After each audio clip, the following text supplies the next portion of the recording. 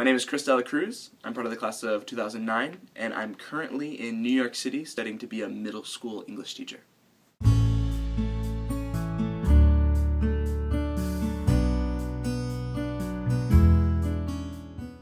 I think the Miami Valley School was incredible at forming community.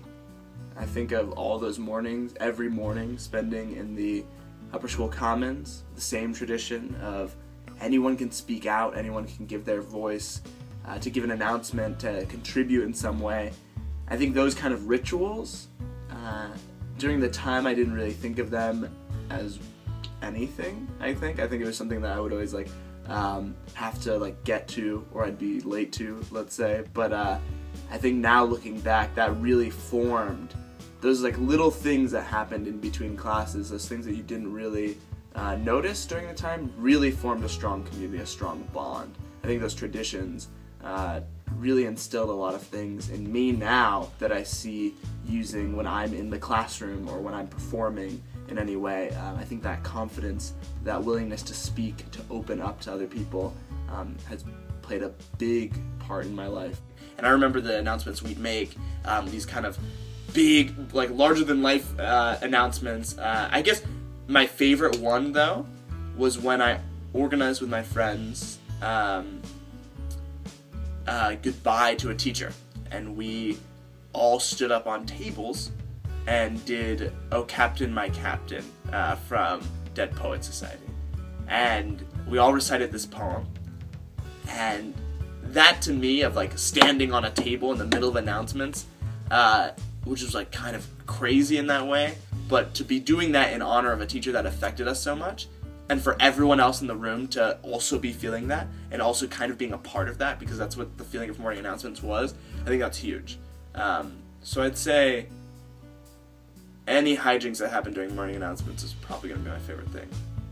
I feel so close to those memories, yet they're very far away.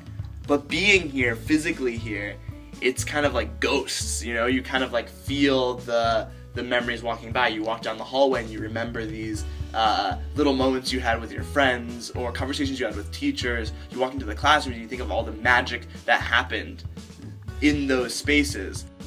When I come back and visit Miami Valley School, when I walk the hallways, when I go into classrooms, when I go into upper school commons, I have this feeling of overwhelming joy because of a lot of, it's like a surge of a lot of memories at once. And what's wonderful in it, in a lot of ways, is it almost makes me want to go back and tell myself, listen, what's happening right now, I know you're really concerned about this test, and you're probably concerned about this relationship of yours, but all that's going on right now is a lot of magic, and it's really awesome. And you're going to look back 5 years from now, and you're going to walk down these hallways, and you're going to see that. You're going to see that big picture of you, and you're going to feel so grateful. How do I feel about Miami Valley turning 50 years old? What I think is kind of nuts is I was there for 12 years of it, which is a fifth of the time it's been around. And I was a part of that history. And I feel that in a lot of ways. When I still walk through the halls, I feel that memory. I feel the sense of all those years that passed and me growing in those hallways. And I can't even imagine now thinking of the people even before me that have those memories and the people now who are creating those memories. I mean, this place, even 5 years after graduation, is in a lot of ways very different, but in a lot of ways the walls are still the same, the spaces are still the same. I still feel the same energy that I once felt when I was in an English class of mine or when I was in the Commons, I still feel those memories there. And to think that there are 40 years beyond that of memories in here is kind of nuts to me. I think it's absolutely great. So would you send your kids to Miami Valley? I would absolutely send my children to Miami Valley. I think what would be just so great is the way that they would be experiencing a new,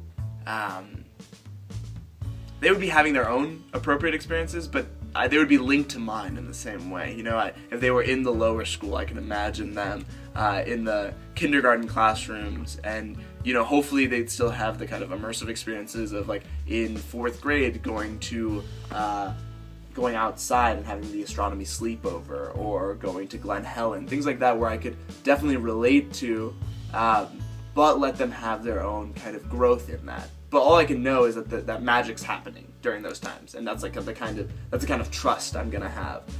If I were to be in Dayton, I would 100% have my kids here to have that experience. I think it would be a shame if I didn't give the experience that my parents were able to give me. Ways I would describe Miami Valley. Let's not even say adjectives to break it out. I'd say Miami Valley is filled with tradition, filled with creativity, filled with a lot of freedom in a lot of ways. Freedom to be yourself, freedom to create your own projects. I think free periods was such a time where you really got to socialize, get to know people in a different way, but also use that time to take any projects you were working on in class and kind of let them grow in this kind of space of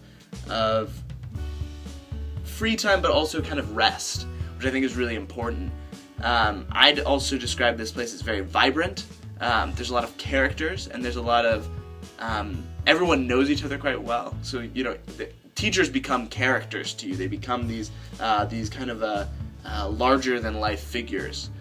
And they are larger than life figures. You have teachers who come in on horses for Halloween. You know, there's a sense of everyone's a character because they love these people so much. It's like a big extended family. Actually, I'd probably say for Miami Valley, for me, the biggest adjective would be, or way to describe it, would be family.